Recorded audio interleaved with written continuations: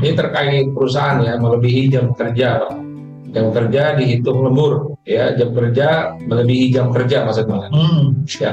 Eh, tapi tidak dihitung lembur, ya. Masuk kerja jam 7, pulang jam 4 lewat. Apakah itu termasuk pelanggaran? Ya, terima kasih, Pak. Baik. Pertama, pertanyaan selanjutnya biar nyambung ya. Dan apakah boleh dilaporkan ke Disnaker? Oh, oke. Baik.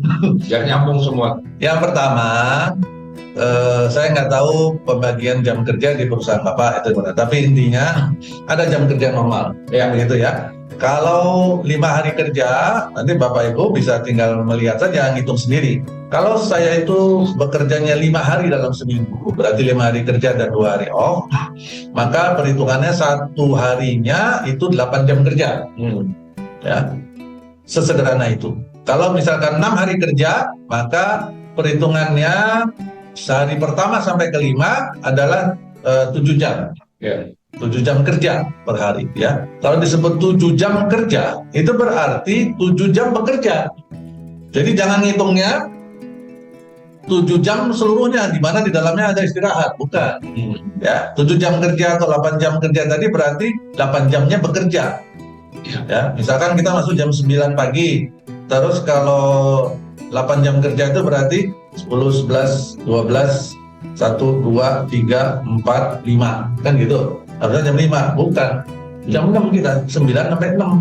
Ya. Kenapa? Karena jam 12 sampai jam 1 kan istirahat. Ya.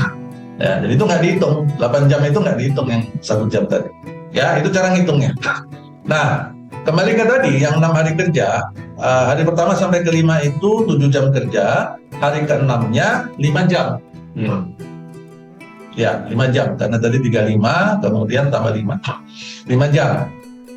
Nah, apabila dia bekerja di luar dari jam kerja itu, jam kerja normal tadi, maka ada kewajiban lembur.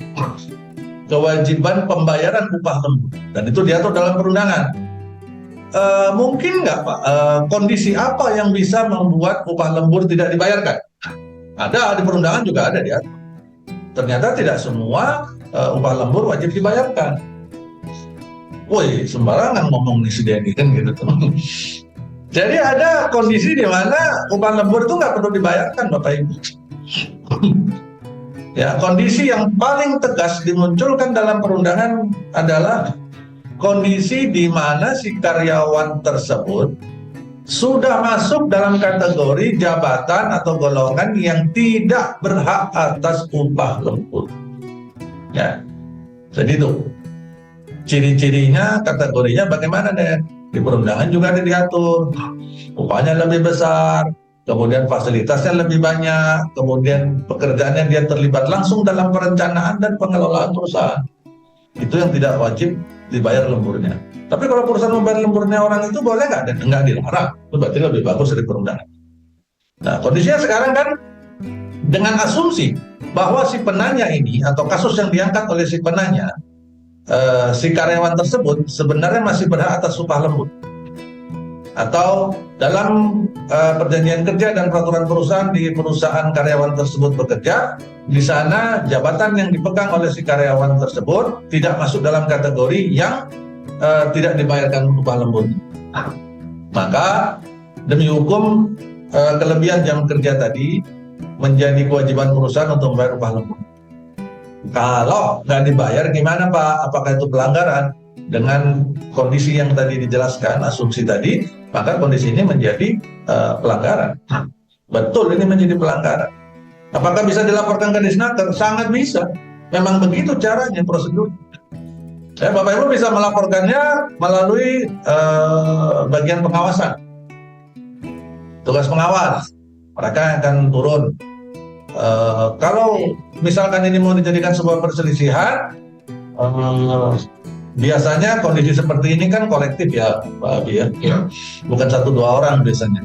Karyawan tuh banyak yang nggak dibayar lemburnya, misalkan suatu departemen misalkan dibayar, operator di satu departemen nggak dibayar lemburnya. Nah, itu jangan bertindak sendiri. Jadi berkumpullah secara kolektif mengajukannya menjadi sebuah perselisihan melalui perwakilan. baik perwakilannya dari si karyawan itu sendiri atau menggunakan kuasa hukum, serikat pekerja atau LBH atau advokat yang lain, silahkan.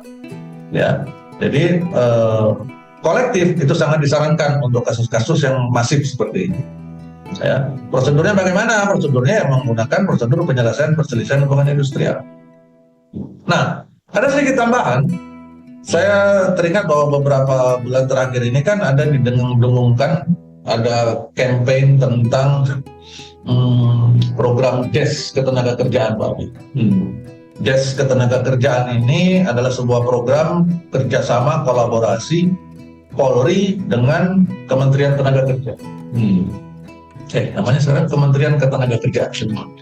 Nah, jadi mereka melakukan kolaborasi. Cuman saya nggak cukup paham materi yang bisa dilaporkan melalui JES Ketenagakerjaan itu materi yang apa? Ya. Apakah kondisi tidak bayar upah ini, upah terlambat, upah lembur nggak dibayar, upah kurang dan sebagainya, itu bisa masuk dalam proses di JES Ketenagakerjaan atau tidak? Saya nggak tahu. Tapi nggak ada salahnya dicoba, silahkan. Nanti kalau dari JES Ketenagakerjaan disampaikan bahwa ini nggak masuk dalam ranah kami, Pak, silahkan ke Disnaker, sudah berarti ke Disnaker. Ya. Jadi begitu ya kurang lebih Bapak Ibu, terima kasih.